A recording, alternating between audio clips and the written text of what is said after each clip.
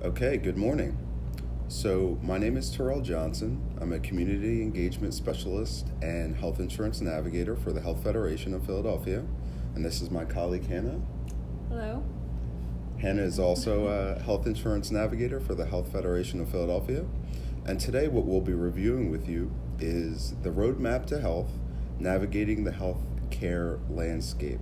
So, this presentation will be a thorough breakdown of the Affordable Care Act, Medicaid expansion, as well as a brief review of Medicare. And with that, we'll get started. So a brief bit about the Health Federation of Philadelphia. The Health Federation is a nonprofit public health organization which was started in 1983 as a network of community health centers in southeastern Pennsylvania. What you need to know is our mission is to improve access to and quality of healthcare services for underserved and vulnerable individuals and families. The outreach enrollment program specifically for the Health Federation of Philadelphia, which I and Hannah work under, was started in 2013 for the purpose of providing health insurance education and direct consumer assistance to individuals and families in the Philadelphia region. And we are subcontracted to do that work through PAC, or the Pennsylvania Association of Community Health Centers. The Health Federation's Navigator program consists of 3 certified health insurance navigators, and we work primarily with the city's health centers. So, our objectives for this session will be to 1. Explain the health insurance marketplace, 2. Explain Medicaid, 3. Review eligibility for different programs, and 4. Review the enrollment process and key dates for the programs included in this presentation. Okay, so we're going to start with an overview of the health insurance marketplace in the Affordable Care Act. The Affordable Care Act was signed into law in 2010 by President Obama, and it's a comprehensive reform of health insurance. So the ACA had 3 primary goals to make health insurance more affordable, to bring up the quality of healthcare, and to make healthcare more accessible. Okay, so the Affordable Care Act requires health insurance companies to cover certain preventative service without deductibles or cost sharing, allow parents to keep adult children up to age 26 on their health insurance plans, to cover all children under the age of 19 regardless of health status, accept all patients regardless of pre-existing conditions. It requires companies to eliminate lifetime limits on benefits and spend a minimum of 80% of premiums on medical services and quality improvement. They also are required to justify unreasonable premium increases and create an internal and external appeals process to handle consumer complaints and denials, and eliminate the practice of rescissions when a health plan retroactively cancels coverage after the enrollee gets sick. So it really wasn't just a comprehensive bill to really improve the quality of insurance that people get, to eliminate a lot of these unfair practices. The marketplace plans in 2019. So, there will be some changes to marketplace plans due to new rules starting in 2019. So, in 2019, new final rules for insurance plans sold on the marketplace may actually affect the number of plans we consider qualified health plans, or QHPs, under the original law. Federal regulations were removed that require health insurance plans to cover all 10 essential health benefits. In 2019, it will now be up to individual states to select a benchmark plan that sets the standard for essential health benefits for each state. When selecting plans with consumers for coverage in the year 2019, it's essential that you emphasize that attention must be paid to which major benefits are covered or not covered under the plans. Okay, so who is eligible for the health insurance marketplace? In order to be eligible, an individual must have an income between 138% and 400% of the federal poverty level, or you can be over 400% without financial assistance, but in order to be eligible for tax credits, which we'll talk about later, you must be between 138 and 400%. You must also be a U.S. citizen or a U.S. national, or be a non-citizen who is lawfully present in the U.S. for the entire enrollment period. You must also not be incarcerated. So individuals pending disposition of charges may apply for coverage through the marketplace. So if they're going to be released within 60 days, you can apply for coverage. Or incarcerated individuals can apply for Medicaid and CHIP at any time. You must also not be eligible for Medicare or Medicaid at the same time. So the marketplace is really for people who don't fall into any other category of coverage. There is also no age limit for the marketplace. So if you meet the eligibility requirements, you're considered a qualified individual. Okay, so this slide is just an example to show you the 2018 federal poverty level. This will update every year. So you can see from 138 to 400%, that is the range of eligibility. Anything below 138% will usually be Medicaid, unless there are reasons why they wouldn't be eligible for Medicaid, such as immigration status. So Hannah briefly spoke about one of the purposes of the Affordable Care Act being making health coverage more affordable. So when we talk about marketplace affordability, financial assistance is available for eligible individuals and families to curb health care costs on the marketplace. The form of assistance is called premium tax credits or APTCs, which may be used to lower monthly premiums for health coverage. Now, you are eligible for tax credits if you meet all of the following requirements. 1, you have income between 138 and 400% of the federal poverty level. 2, you are planning to file an income tax return for the same year for which you are obtaining health coverage. 3, no one in the household has any offer of employer coverage that costs less than 9.56% of the total household income. 4, if you are married, you file jointly with your spouse. Now, there are exemptions to that rule, which we will get into later. 5, you are not claimed as a dependent by any other person within your household. So, how do these premium tax credits work? Well, the amount of the tax credit that you are eligible to receive is determined using your age and income. When determined eligible for tax credits, you will be asked before you enroll in a plan if you would like to use some, none, or all of the tax credit that you are eligible for. These premium tax credits will be used towards purchasing a health plan. If you choose to use your tax credit in advance to lower the cost of your plan, the amount that you choose will be applied to the cost of your premium each month. Otherwise, if you choose to use none of your tax credit up front, you will receive a lump sum credit at the end of the year when you file your tax return. At the end of the year, when you file your taxes, you will be asked to reconcile your tax credits. If your income has changed during the year, you may be eligible for a different amount of premium tax credit. For example, if your income is lower at the end of the year, you may be owed additional money from the IRS. However, if your income is higher, you may owe back premium tax credits on your tax return. Always report changes in income during the year to avoid having to pay money back. If you accept a premium tax credit and do not reconcile them at tax time or do not file a tax return, you may be disqualified from receiving premium tax credits in future years. Okay, so I'm going to talk a little bit about determining your household size for your marketplace application. So for the purposes of the marketplace application, your household will include everyone who is included in your tax household. So that includes your spouse and dependents. And if any of the dependents on your tax return are also tax filers, they will still count as part of the main tax filer's household on the marketplace application. So if the dependent is filing a marketplace application only for themselves, they should still file it under the main tax filer's name. The tax credit amount will be determined using the income of the entire household. So how is your income calculated on the marketplace? We use a calculation called MAGI. Modified Adjusted Gross Income is a tax-based income figure used to measure a household's eligibility for premium tax credits under the federally facilitated marketplace.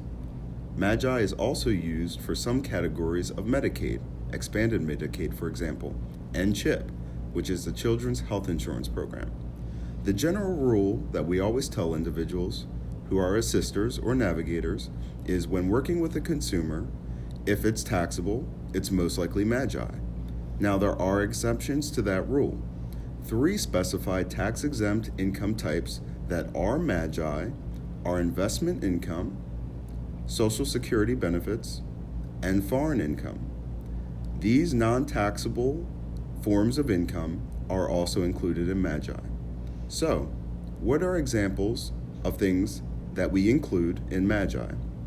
Well, wages and tips, Social Security benefits, self-employment, unemployment compensation, pensions, alimony received, dividends and interest, and dependents income. What are some things that are out? Gifts, child support, workers' compensation, inheritances, scholarship income, and VA benefits. So, remember the calculation. Magi equals taxable income plus tax-exempt interest plus foreign income plus Social Security benefits. That's Magi. So again, when we review the 2018 Federal Poverty Levels Annual Income Chart and we look at annual and monthly income, calculating for Magi, we're looking for numbers in between 138% and 400% of FPL. A Magi calculation that leads to a household income in between those 2 percentages means an individual is most likely eligible for premium tax credits. Okay, so we're going to get into a little bit of how the marketplace works now. So the marketplace offers a variety of private insurance plans and levels of coverage. Private insurance companies compete for business on the marketplace. So in our state of Pennsylvania, or at least in our area, the Philadelphia area, there's only one company on the marketplace. But in other areas, there may be additional companies all competing for business on the marketplace. And the marketplace uses one application process to determine eligibility for qualified health plans and premium tax credits to lower the cost of those health plans. It also can determine eligibility for Medicaid and the Children's Health Insurance Program. Just a note that you can only purchase dental plans on the marketplace if you purchase a health insurance plan. So standalone dental plans are available, but you must purchase a health insurance plan first in order to gain access to standalone dental plans. So, when we look at the actual enrollment process, what does it look like for a consumer? Well, to begin the enrollment process for a marketplace plan, the first step is to create an email address. For individuals who don't have one, you can easily create one using Gmail or some other system. Know the password, because you will have to verify the email address before you can proceed with the rest of the application process. 2, collect the necessary documents. Identification, citizenship information front and back, social security numbers, and proof of income will all be needed to complete this process. 3, create an account. Make sure that the account is created in the name of the person who is the head of household. You will need the email address and 3 security questions in order to confirm the account. Step 4, you will be asked to verify your identity. This will be completed by answering a series of questions generated from a credit report through the marketplace. Additionally, if you go to our website and download our handbook, you will see a link to a video which will give you a step-by-step image of the enrollment process. Note, the video is for the state of Hawaii, so you will have to do some adjusting for the state that you reside in. Okay, so how to choose a plan on the marketplace. There are several things to consider when choosing a plan. You want to take into consideration the cost, both the monthly premiums and the deductibles and out-of-pocket maximums that are associated with each plan. It may differ a lot from consumer to consumer what they're comfortable with paying both per month and out-of-pocket when they visit their providers. You also want to take into consideration the provider network. So asking the consumer that you're working with if they already have a physician that they're comfortable with, and you want to make sure that those are included in the plan. Additionally, prescription formularies. So if the consumer's on any medications, you'll want to make sure that they're included in the prescription formularies, and You'll also want to consider the plan type. So PPOs, HMOs, POS, or short-term plans, which may be included this year on the marketplace. They all differ based on provider networks, and how many doctors the consumer may be able to access. So you'll want to make sure that the consumer is comfortable with the type of plan that they're choosing. Okay, so another thing to consider is the metal level of the plan. So what does that mean? There's 4 metal levels on the marketplace, which means they're at the levels of bronze, silver, gold, and platinum. This is just to separate out the plans into categories that are based on how much the consumer pays versus how much the insurance company pays for medical services. So if your plan is at the higher end of the spectrum, so the platinum plans or platinum or gold, you'll be paying higher premiums, but you'll have lower out-of-pocket costs to balance that out. If it's towards the lower end, like silver or bronze, you'll have lower premiums each month, but your out-of-pocket costs may be higher, so you may have a higher deductible or higher copays when you go to the doctor's office. So oftentimes, people will go with kind of somewhere in the middle, like a silver or gold plan, but it differs from consumer to consumer, so you'll want to explain that to them, what that all means. So, during this presentation, you've briefly heard us converse about essential health benefits. But what are they? Qualified health plans cover essential health benefits. They cover at least 10 of these categories: ambulatory patient services, emergency services, hospitalization, maternity and newborn care, mental health and substance use disorder services.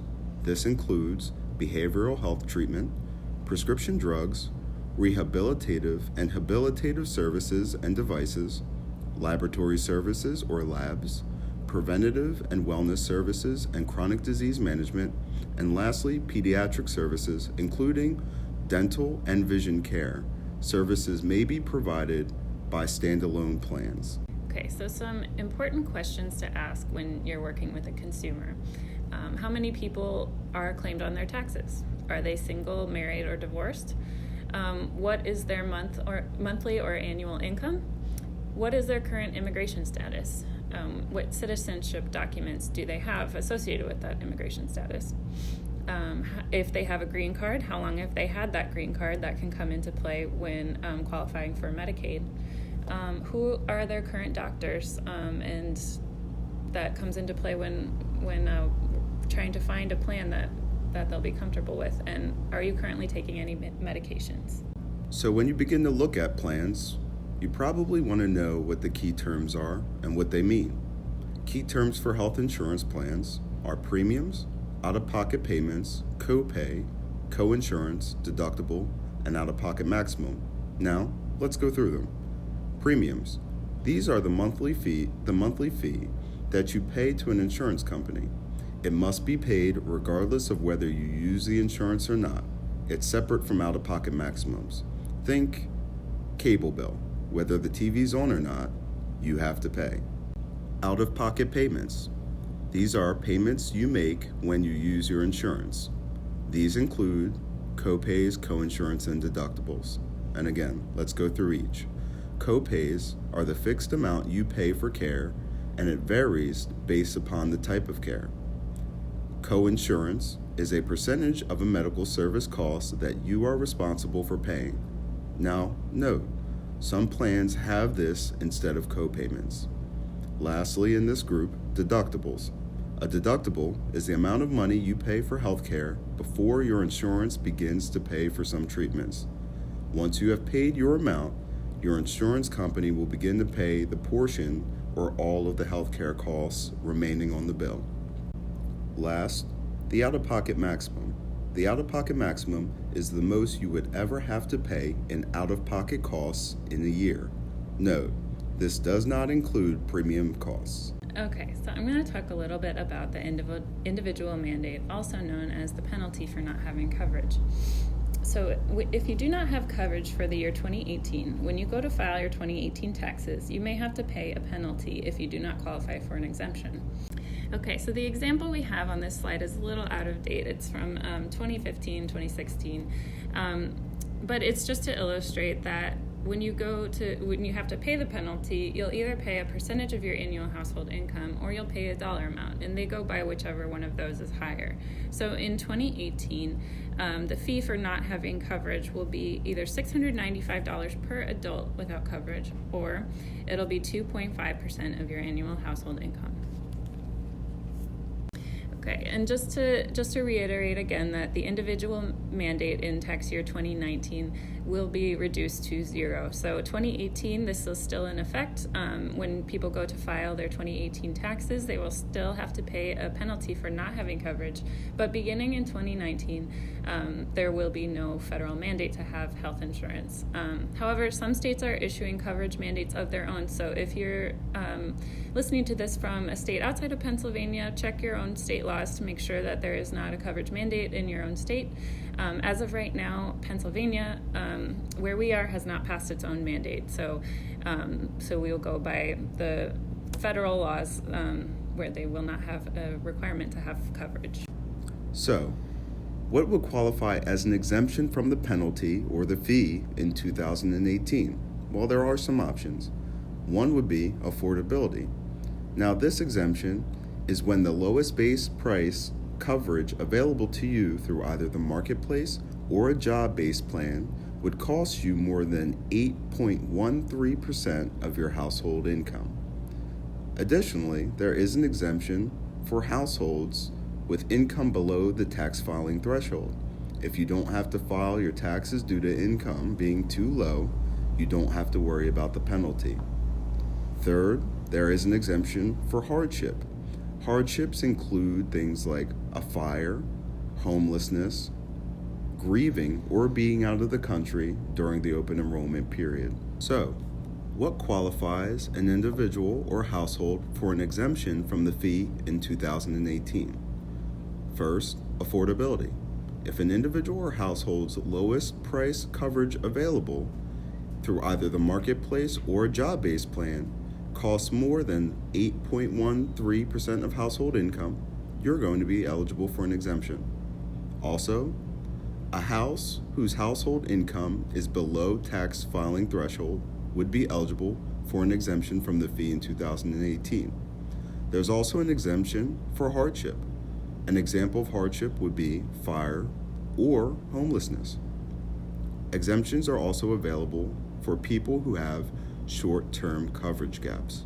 So what is a short-term coverage gap? Well, a person who has a gap of 2 consecutive months without coverage would not be assessed a penalty for 2018.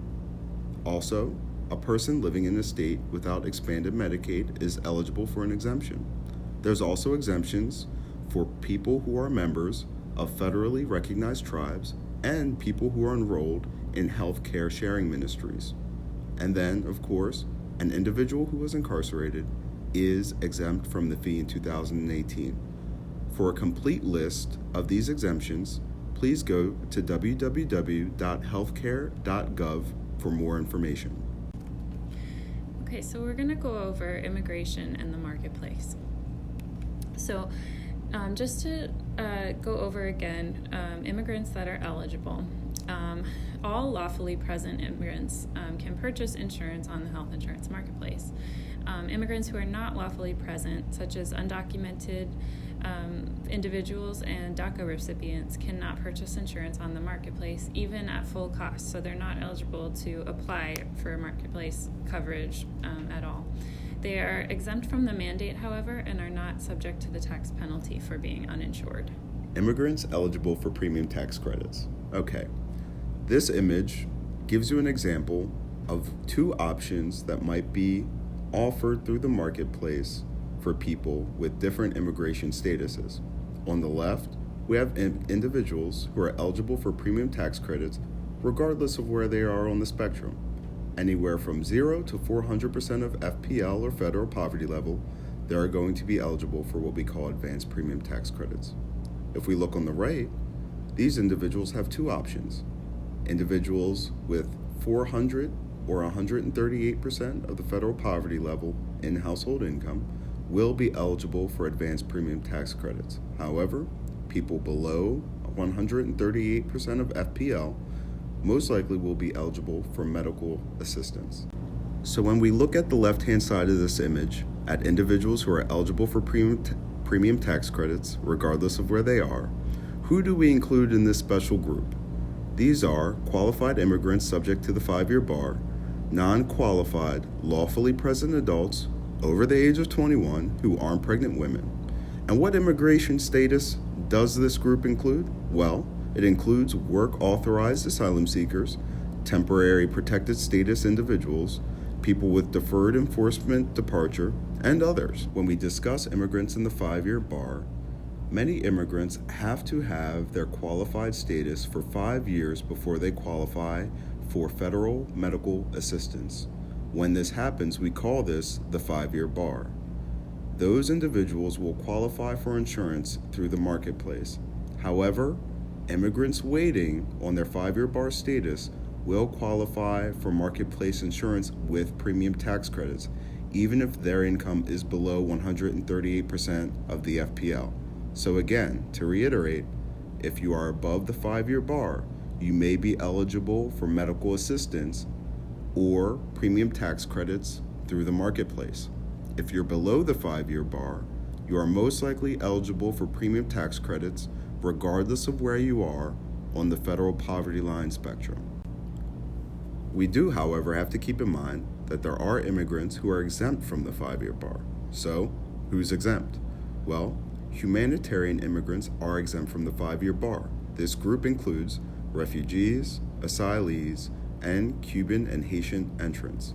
Also, kids under the age of 21 and pregnant women. These groups will most likely be eligible for medical assistance as soon as they come into the country. Also, those who have been lawfully residing in the U.S. since August 1996 are exempt from the 5-year bar. But who's subject to the 5-year bar? Well, people who entered on family-based or employer-based petitions, lottery winners, and also VAWA petitioners are subject to the 5-year bar. What immigration documents do people need to bring in to prove their status? So the marketplace accepts various kinds of documents to verify someone's immigration status. So this includes permanent resident cards, re-entry permits, refugee travel documents, employment authorization cards, machine-readable immigrant visas, temporary I-551 stamps, arrival departure records, also known as I-94s, foreign passports, certificates of eligibility for non-immigrant student statuses, certificate of eligibility for exchange visitor status, and notice of action. This slide is just an example of various types of green cards you may see, or employment authorization cards. So you'll want to familiarize yourself with the different types of documents you may see, get to know where the A numbers are and card numbers for each different type of document, so that when you come across these documents, you'll know where to find the different numbers that you'll have to enter on their applications. And again, this is just another example. This one is of an I-94 document. So again, just familiarize yourself with the different types of documents you may see, because you'll come across them quite frequently. And these are some helpful websites that you can visit to get some more information on the different types of documents.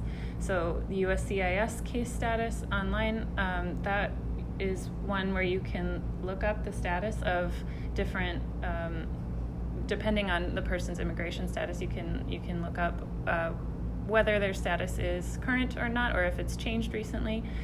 You can visit the Customs and Border Patrol website to get I-94s. And then to find green card and employment authorization card category codes, you can visit the following two websites.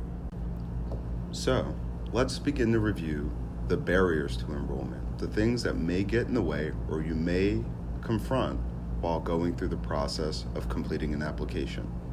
So, what are the barriers? Well, common barriers that we see are 1, identity verification issues, 2, people who are married but filing separately, 3, an offer of employer coverage, 4, individuals with severe language barriers, and 5, people who have missed the enrollment period and answering how and if they qualify for a special enrollment period. So first, let's start with verification of identity. People who have newly immigrated to the U.S. and have little to no history of credit will often have to submit documents to verify their identity. What are some examples of documents that we can use to verify identity? Well, we can use a driver's license, school ID card, voter registration card, U.S. military card or U.S. military draft record, a military dependent ID card, a tribal card, any authentic document from a recognized tribe, a USCG merchant mariner card, or an identification card issued by a federal, state, or local government. Note, that does include immigration documents and U.S. passports. Another common barrier that we run into is for those that are married but filing separately on their tax returns. So exceptions to the married filing separately rule is for those who have experienced domestic violence or spousal abandonment.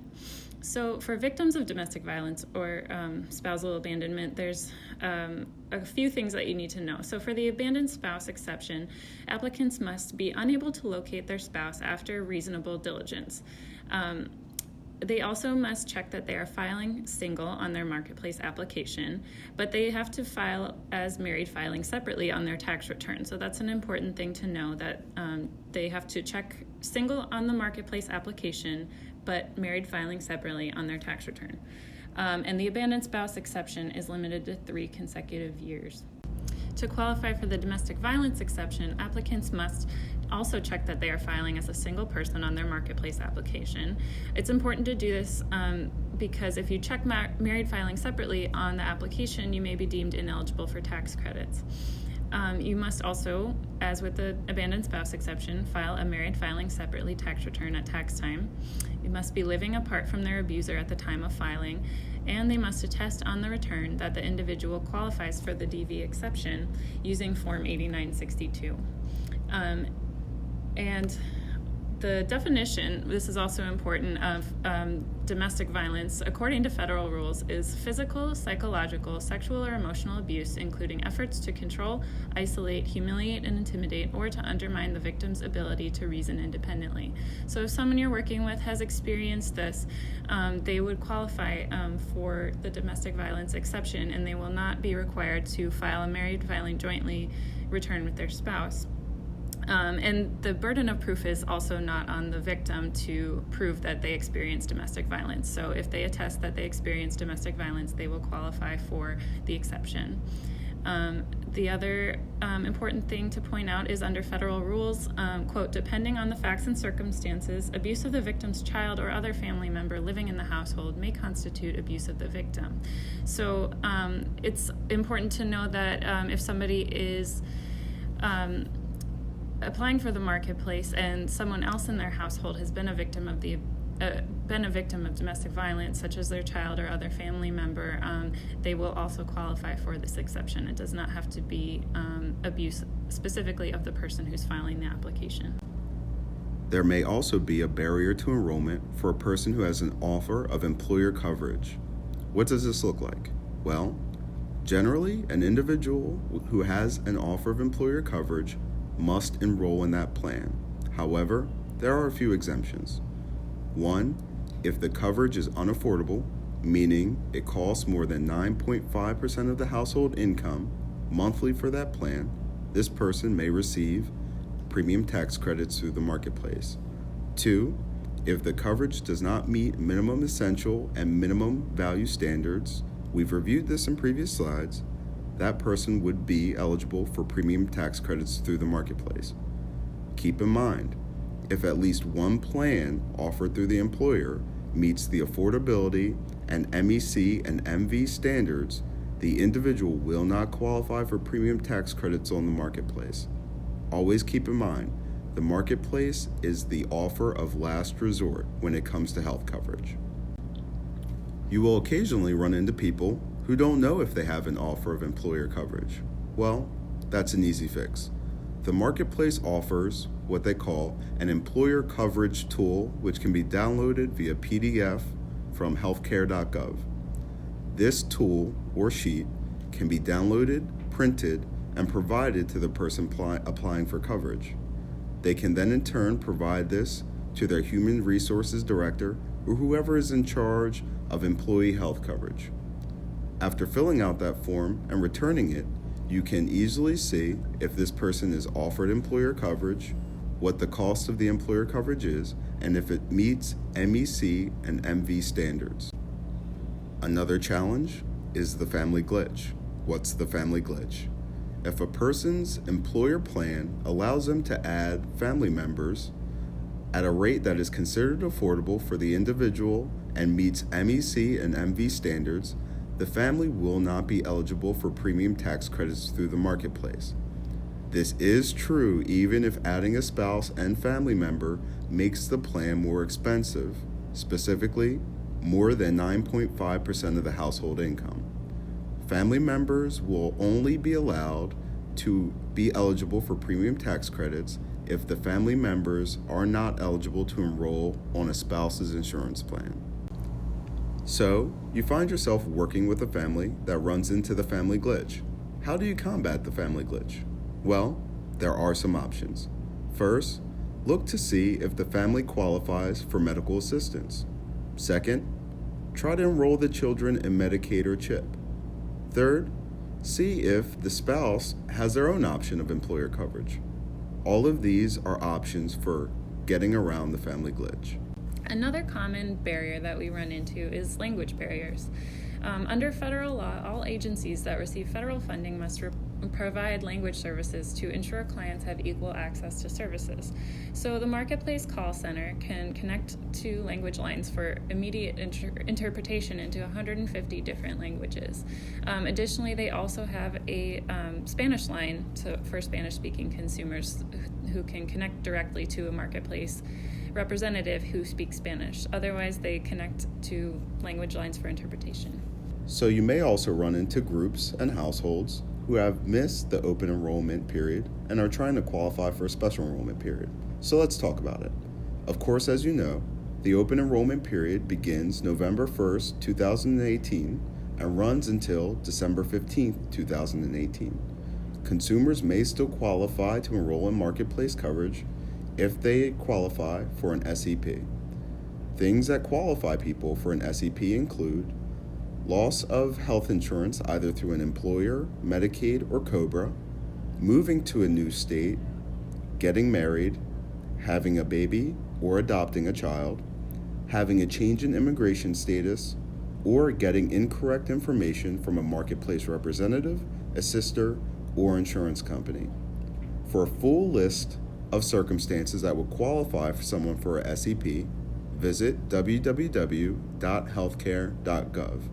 Note, if a consumer is enrolling in the Marketplace later in the year, keep in mind you may have to add income as a yearly estimate rather than monthly.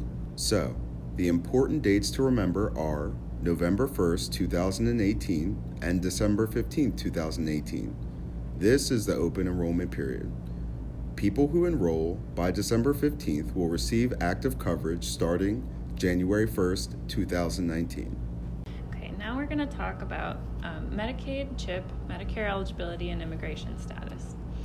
So we'll start with medical assistance eligibility. There are two types of MA. There's federal MA, which includes Healthy Horizons, MOD, and MAGI MA. And there's state-funded MA, which is General Assistance, or GA MA, and medically needy only category. So we'll start with the federal Medicaid programs. The first program is Healthy Horizons. This includes individuals over age 65 or who have been disabled at least 12 months and meet an income and asset test of below 100% of the federal poverty level with a 50% earned income disregard. There's also an asset test for the Healthy Horizons category, which is $2,000 for an individual or $3,000 for a couple. The next category is MOD. This includes disabled working individuals who are under age 65 and meet the income and asset test of below 250% of the federal poverty level with another 50% income disregard. For this program, you must meet a $10,000 asset limit, and some individuals may have to pay a monthly premium depending on their income. The last category is Magi MA, also known as the expansion category. So for this one, as we talked about in the marketplace slides, the income limit is below 138% of the federal poverty level. Kids with the income limits between 138 and 220% federal poverty level. Pregnant women with an income limit of 220% of the federal poverty level. And there is no asset test for the expansion category. So people can have as much in savings as they want, and they won't be deemed ineligible for Magi MA. So in review, when we talk about immigrants and eligibility for federal MA, there are individuals who have lawfully present immigration status who, if they meet the income requirements for medical assistance, will be eligible for the program. Those individuals are legally present immigrants who are pregnant or children under the age of 21, humanitarian immigrants, again, think refugees, asylees, or Cuban and Haitian entrants, qualified immigrants who have qualified for and met the 5-year bar, or qualified immigrants who have not met the 5-year bar but are exempt from it would also qualify for federal medical assistance. And also remember, for states that have not expanded Medicaid, individuals within those states who do not qualify for marketplace subsidies and do not qualify for Medicaid will not be assessed a penalty for 2018. So when we talk about Medicaid expansion, what we mean is the decision that each of the states would have to decide whether or not they would expand Medicaid as part of the Affordable Care Act. Pennsylvania is one of the 32 states who have expanded Medicaid coverage under the Affordable Care Act.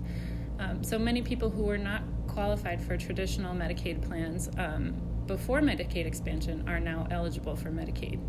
As of January 1st, 2015, individuals and families with incomes below 138% of the federal poverty level became eligible for Medicaid, such as childless adults, full-time workers, and part-time workers.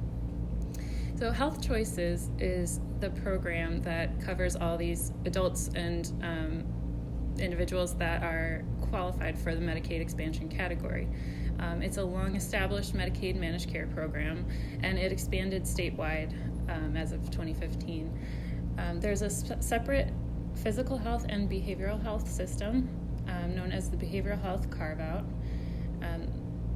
There is a single behavioral health MCO or managed care organization in each county. And this covers most adults that are not dual eligible for Medicare and Medicaid.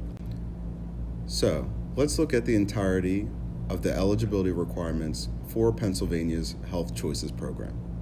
1, individuals must be adults between the age of 19 and 64. 2, an individual may not qualify for Medicare and enroll in this program. 3, their income must be under 138% of the federal poverty line.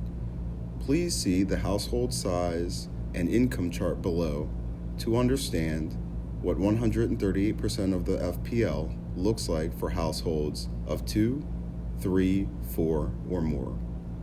Also, individuals must be over the 5-year bar or have an eligible immigration status that requires that they do not meet the 5-year bar. Think asylees and refugees. Also note, you do not have to file taxes in order to qualify for Medicaid. Also, an individual can still qualify for Medicaid if you're offered health insurance through an employer. The state medical assistance program allows very low immigrants that are subject to the 5-year bar and still in their waiting period to qualify for insurance. This is a state-funded program that covers about 4,000 immigrants, also known as GAMA or General Assistance MA. The requirements for general medical assistance is that an individual must either be disabled, caring for a child, in drug or alcohol rehab, or be a victim of domestic violence. And there's also very low income and asset limits. So you'll want to make sure that you have the updated limits for the year that you're applying. And then the medically needy only category applies to those who are age 59 or older, And there's slightly higher, but still pretty low income and asset limits for this category as well. So again, make sure that you have the updated income and asset limits for the year that you're applying. So again, just to review, the eligibility for the state Medicaid categories are qualified immigrants who are subject to the 5-year bar, including those who are lawfully present but may not necessarily be considered qualified immigrants who are not pregnant or children under the age of 21. They may also be PRU-call, which is not an immigration status, but it's a category created for undocumented immigrants to apply for public benefits such as MA. If you're eligible, you can have access to the full adult MA package in fee-for-service using your access card. And you cannot be put in a managed care plan. So it's the same health benefits as the medical assistance package, but you won't be put into a managed care plan. When reviewing an individual's eligibility for medical assistance, always keep in mind the people who are restricted from MA. This includes individuals who are undocumented, adults who are not pregnant and are A, lawfully present, not qualified, and ineligible for state medical assistance, B, individuals with PRU-call, not identified and ineligible for state medical assistance, or C, qualified with less than 5 years who are subject to the 5-year bar and thus not yet eligible for state medical assistance. For somebody who does not fit into any of the categories we mentioned earlier, such as those who are not considered qualified immigrants or lawfully present immigrants, they can still have access to emergency medical assistance. So when you're applying for emergency medical assistance, no immigration status information is required, but you must be otherwise eligible for medical assistance, such as in the categories for MA and income requirements. So you must be below 138% of the federal poverty level, but you do not need to present any information on your immigration status. And it's also limited to the time period of your emergency condition. So you would get information from your doctor about the emergency condition that you're experiencing, submit it to the county assistance office, and they can either approve or deny your application for emergency assistance. So an emergency medical condition is defined as a medical condition with acute symptoms of such severity, including severe pain, that without immediate attention, the result may be the patient's health would be put in serious jeopardy, serious impairment to bodily functions, serious dysfunction of any body organ or part, and a detailed letter from a physician is required along with the EMC form, or the emergency medical condition form, along with medical records. Emergency medical assistance is authorized to cover things such as cancer, surgical procedures, dialysis, repair of broken bones, high-risk pregnancies, such as pregnancies complicated with diabetes, hypertension, mental illness, advanced maternal age, or past premature labor. It's also covers labor and delivery and others. So check with the county assistance office to see if your condition qualifies for emergency medical assistance. So, let's review the option of calculating yearly versus monthly income when completing a Medicaid application. In some cases, individuals may find that calculating their income monthly causes a bit of a problem. Specifically, an eligibility determination that says they are not eligible for ACA or MA. This issue is common for people in the following situations: part-time employees, applicants who have changed jobs mid-year, seasonal workers, or individuals who experience seasonal income spikes. Think teachers. There are solutions. For ACA, you can provide a yearly income estimate under employed or self-employed sections, providing a yearly income estimate. For medical assistance, if monthly income is over 138% of the federal poverty line and expected to decrease or end, Medicaid uses an annual income calculation to complete the application process. Keep in mind, when applying for coverage through the state Medicaid program, there is no deadline for applying for Medicaid. you can apply all year. And just to touch on CHIP eligibility, or the Children's Health Insurance Program, CHIP applicants must be under 19 years of age. They must be a U.S. citizen or U.S. national or qualified immigrant. And they must be a resident of Pennsylvania or the state in which you are applying for coverage, and uninsured and not eligible for medical assistance. So this chart, it shows the CHIP income guidelines. So you can use it to determine whether a child is eligible for free CHIP, low-cost CHIP, or full-cost CHIP. Now, we've gone through the Affordable Care Act, we've gone through expanded Medicaid and regular Medicaid. Let's talk a little bit about Medicare. Medicare is a federal health insurance program comprised of 4 parts. Part A, which is hospital and inpatient care. Part B, which is medical outpatient care. Think doctor's visits, lab work, mental health services. Part C, which is Medicare Advantage plans. And Part D, which covers prescriptions. Individuals qualify for Medicare if they meet the following requirements. 1, they must be 65 years or older, or 2, receive SSDI for 24 months. Lastly, they have to meet the work requirements and citizenship requirements, also known as quarters. Medicare Advantage plans are plans sold by private insurance companies that provide Medicare benefits.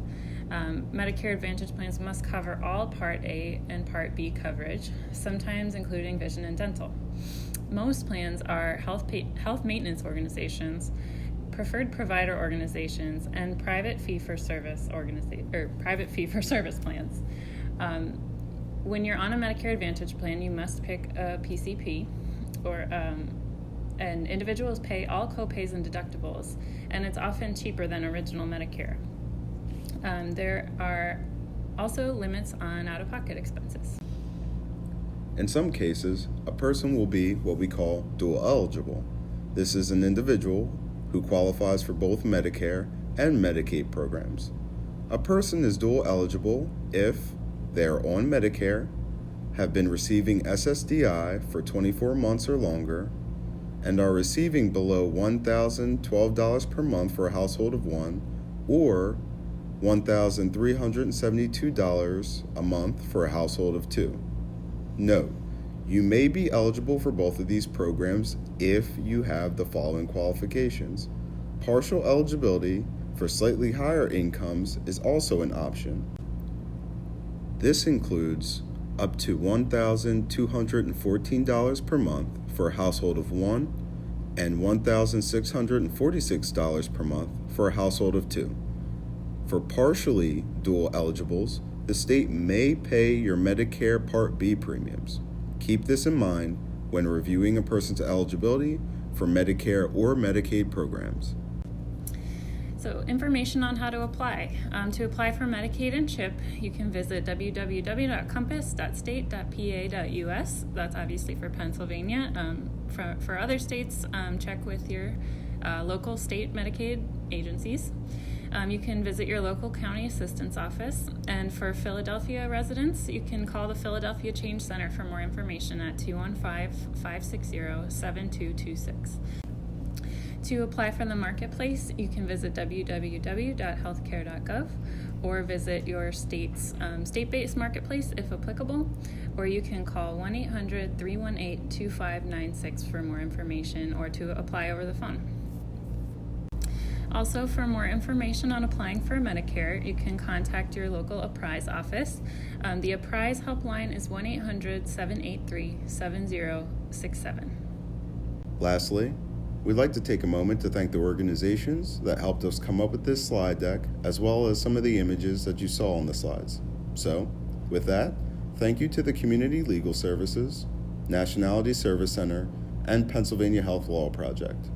Also, for more information, refer to our website and the manual attached to learn more about the eligibility criteria for the Affordable Care Act, medical assistance, and Medicare.